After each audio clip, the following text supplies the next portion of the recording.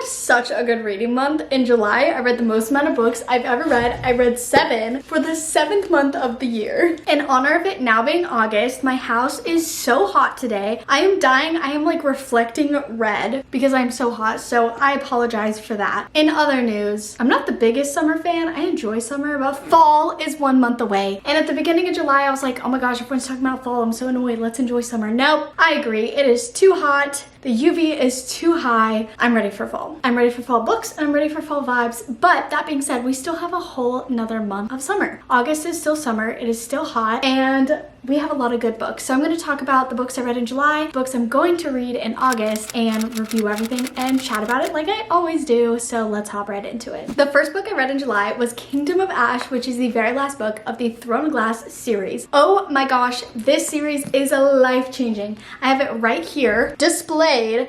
I love this series. The series as a whole is like a 5-star, maybe even a 6-star series. I did rate this book 4.5 stars just because it was a little bit long, but overall, such a good book. It was like 900 something pages. There was just so much going on. It's hard to explain how good this book was unless you've read Throne of Glass, because it starts the whole series as like, oh, this is cute, this is fun. And you end in the most like dramatic, heart-wrenching, throwing up, screaming, crying, loving it, but hating it book you've ever read in your entire life, okay? This book was everything it needed to be. It wrapped up the story really well, which I love because I hate when a series ends and it just doesn't feel like you got enough, or it didn't wrap up very well, or the ending doesn't make sense. This one, although I do have some questions about some of it, most of it really well, wrapped up the whole story. Amazing. Follows some of my absolute favorite characters in any books like Dorian, Aelin, Manon, the list goes on. Okay, this series is amazing. If you don't know, it is a fantasy series. There is a little bit of romance, but it's not like the main thing. And it basically follows our main girl who is an assassin and she lives in a corrupt kingdom and she kind of like wishes it was different, and she becomes the king's champion, so his assassin.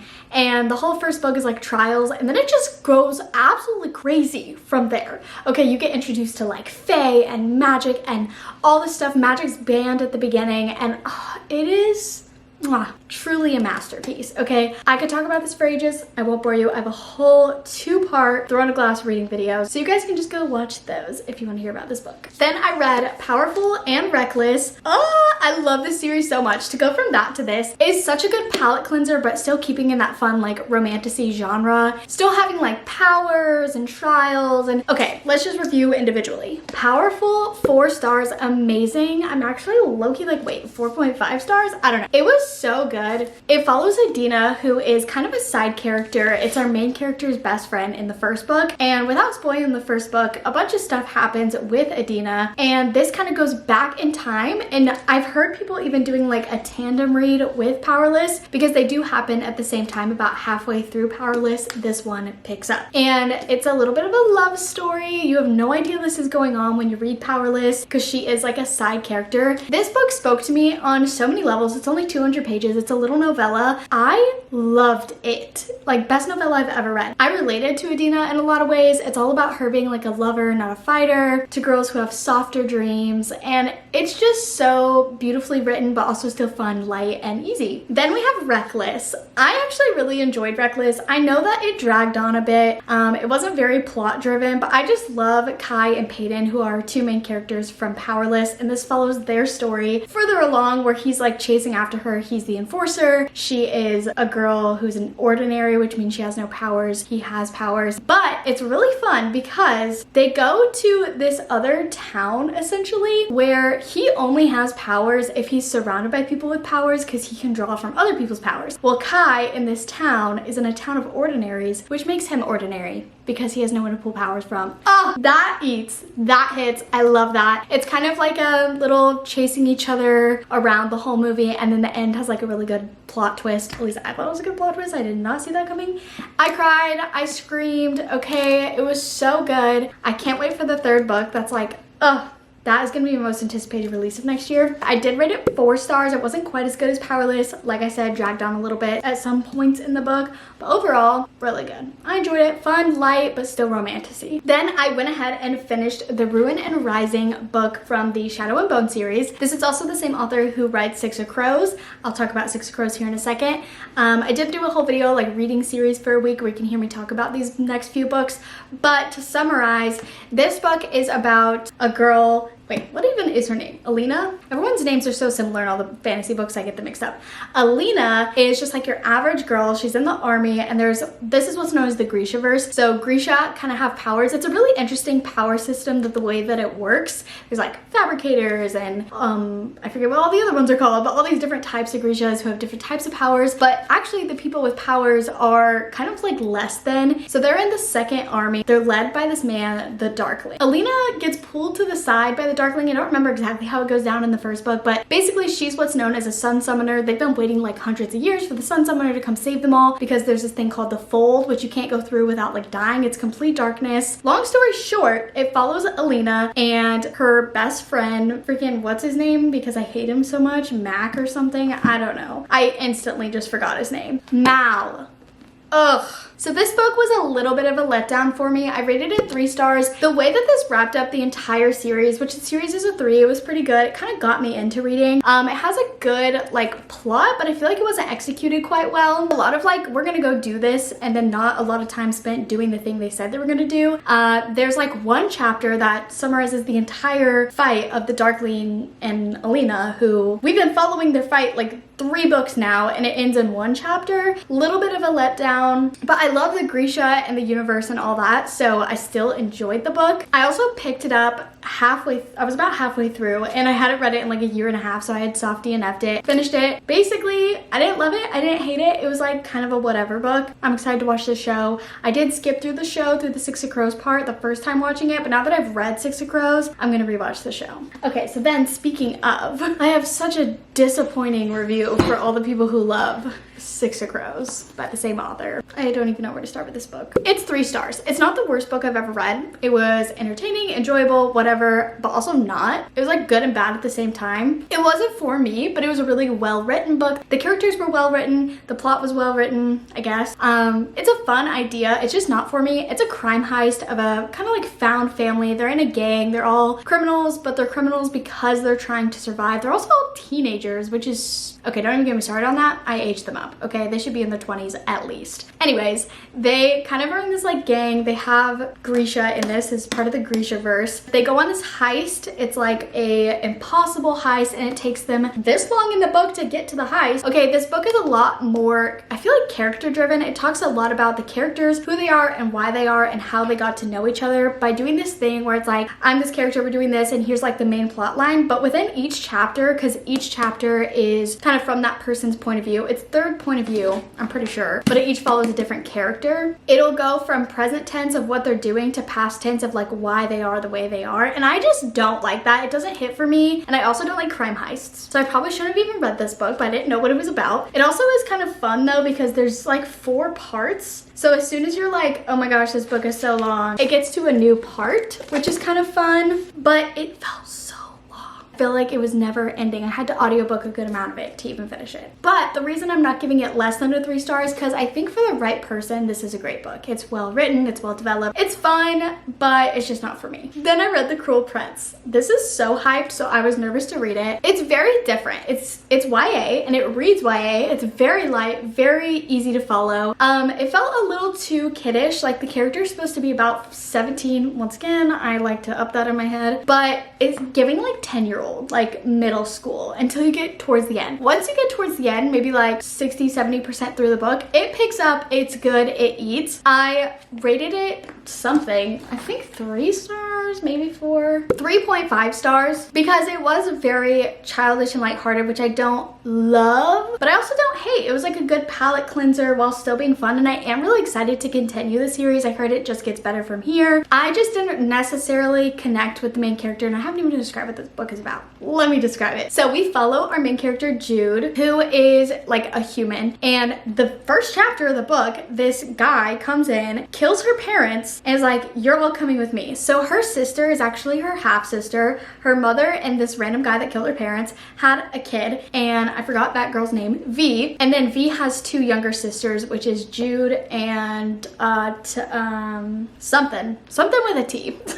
And they're both fully human. They have the same mom, same dad. V is half like fairy. So this guy comes in and is like, she's mine. I'm taking my daughter. Oh, but I killed your guys' parents, so you're coming with me too. So they go live in the fairy world, and the fairy world is very different. They don't like humans. They have magic, all this stuff. And she goes to school there with the cruel prince, and he bullies her like no other. Him and his friends are such bullies. It was giving middle school. It was like actually making me mad. They want to kill her. They think mortals are worth nothing. They're gonna die anyway, whatever. She wants to fit in so bad with the fairies. She's willing to like kind of become like a army person, I guess, like a soldier. But there's a little twist. It gets fun. She ends up being an important character within the royal family. Then this crazy thing happens with the royal family, and she gets put in like kind of a whole new position. I guess becomes pretty important. Actually becomes very important. So she also has a younger half brother. Actually, I don't think she's related to him. No, he's not a half brother. They're just raised as siblings. It's more like a stepbrother situation.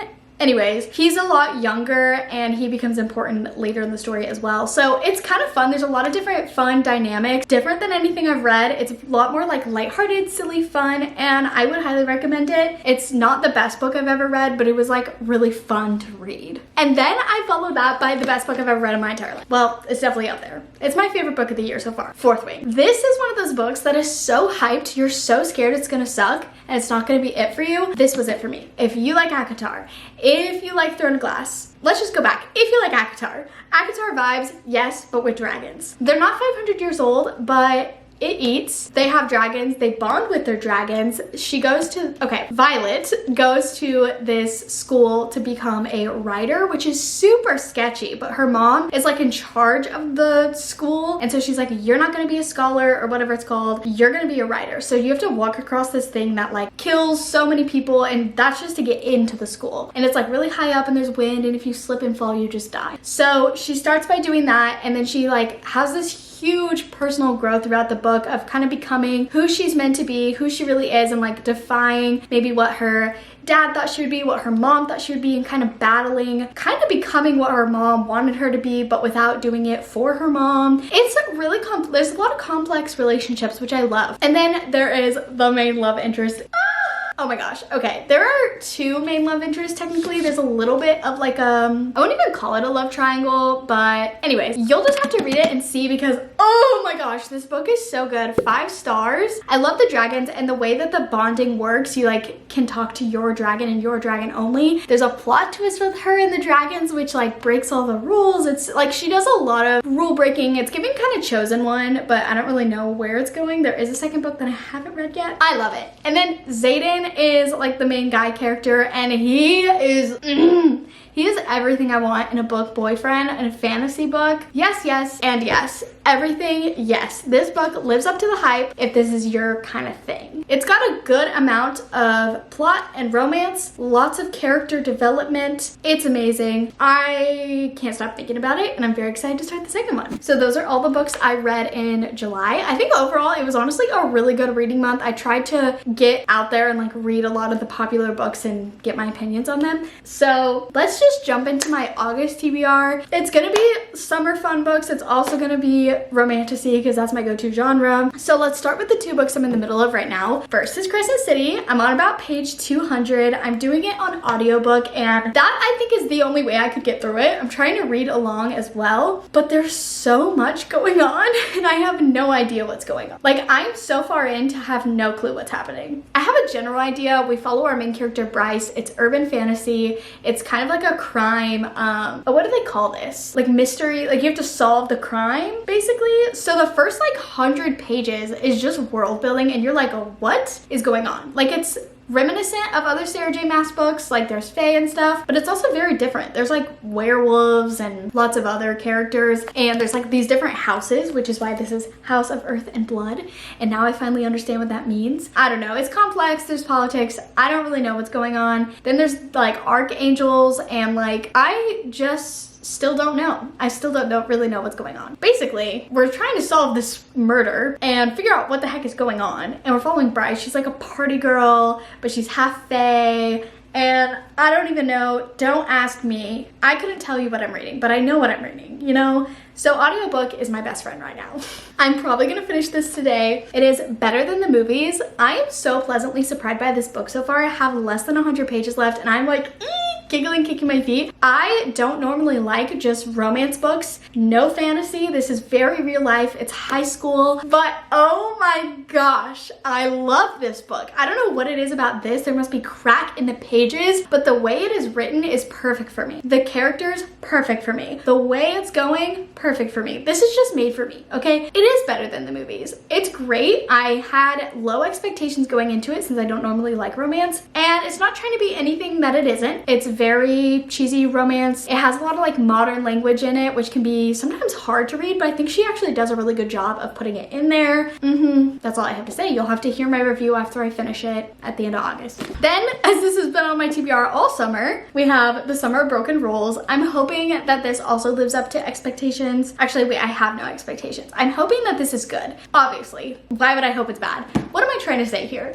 I'm experimenting in the romance genre and trying to find romance books that I actually like, because I've been let down by quite a bit of them and I don't know if I like them. This completely proved me wrong. I loved this. I hope this does the same. We will see. And I need to read it in August because I'm not going to read The Summer of Broken Rules in the fall or winter, so we must knock this out. That'll be my next read once I finish Better Than the Movies. And then we have Flawless. I'm starting the Chestnut series. That is what this is called, right? I'm pretty sure. Anyway, it's like Flawless, Reckless, something, something, something. I think there's 4 of them, and they each follow different love interests. I'm pretty sure. I don't know for sure. I want to say this one's a cowboy romance. Am I making that up? Oh yeah, there's like a little bull guy on there. This is adult romance, and I don't know if I've read an adult romance. This one I know has spice. Hopefully it's not too spicy, but we'll see. If the plot's good, it'll be worth it. I don't have anything to say about this because I don't know what I'm talking about. Oh, I also want to go back because I forgot to say the spice levels of all these books. I know that other people also try to avoid smut, so let me just run through it really quick. Multiple spice scenes, but it's part of the romance, and it's not too... it is descriptive, but it's not like a spice book, but there is spice in it. Completely spice-free, YA, clean, good. If you hate spice, this is for you. I don't remember anything that happened in this book. I'm pretty sure this has no spice. Yeah, no, it doesn't, and neither does Shadow and Bone. So therefore, no spice. No spice, no spice. Wow, I'm like killing it on avoiding spice, okay? This one does have a little bit of spice in it. I feel like everybody always says Throne of Glass is spice-free. It's not. There is a few scenes, but they are so few, not very descriptive. It's very like fae vibes, so it's more like magical than it is like descriptive of what's going on. And it applies very well to the, like, there's characters that literally get married, and so yeah. But it's not like too crazy. It's very, very tame. This also, at least so far, no spice. And I don't think there's spice because it's YA. Is it? Actually, wait, is it? I hope, because this is about teenagers. That feels illegal, okay? So let's hope that this is spice free. This is very adult. It is talking about partying, it's talking about hookups. I don't necessarily, at least so far, remember anything descriptive, but it's like heavy on language, heavy on like talking about substances and all of that. So depending on like what you're trying to avoid, this might not be it for you, but it's definitely very like adult college age type vibes. A few other books just loosely on my July TBR are going to be Light Lark. I'm so excited for this book. Everybody says it's kind of giving like Hunger Games, but in like a different way. I believe it's also like trials. Okay, so there's like an island that only appears every 100 days to host a deadly game. Yeah, I think I'm gonna love this. I'm very excited. And then Shatter Me. This is one of my most anticipated reads of the year just because there's so many books in this series. Everybody says they're so good and they're like fun and light, but Actually, I don't know if they say it's fun and light. I literally made that up. Don't believe anything I say. Yeah, let's just say I'm excited. These are both kind of like the romantasy vibes. Then I would also like to continue all the other series I started, like An Ember in the Ashes, Crescent City. What else have I started? Cruel Prince, and of course, what's it called? The second one, Fourth Wing. That one, yeah. So those are a lot of books. I probably won't read all of them, but also I have no job right now. So unemployed, I will be reading a lot. Those are all the books I read and the books I'm going to read. Leave what you are reading down below in August. Did that make sense? Read what you read. What am I saying? Leave a comment of what you're planning on reading in August down below, and maybe I'll get some recommendations. Also, once I finish all of those, I'll almost be through, oh wait, the Carvel series, that's also on my TBR. Then I'm almost through all my physical books. I'm really trying to read all my physical books before I buy any more. I also have my Kindle and I get free books from the library, so. But I want to look at my bookshelf and be like, yeah, I've read every single one of those books. Anyway, I'm rambling, so that means it's time to shut up and end this video. Thank you guys for watching. Make sure to subscribe, and thank you guys so much for helping me reach 4,000 subscribers on this channel. It makes me so happy this channel is growing and community is growing and we're all chatting in the comments. I'd love to grow to 10K by the end of the year. That's like my goal. So if you're enjoying my personality, my book taste, and you want to see reading vlogs and 24-hour reading challenges and trying new genres and all that kind of stuff, make sure to subscribe. Thank you guys for watching, and I'll see you in the next one. Bye!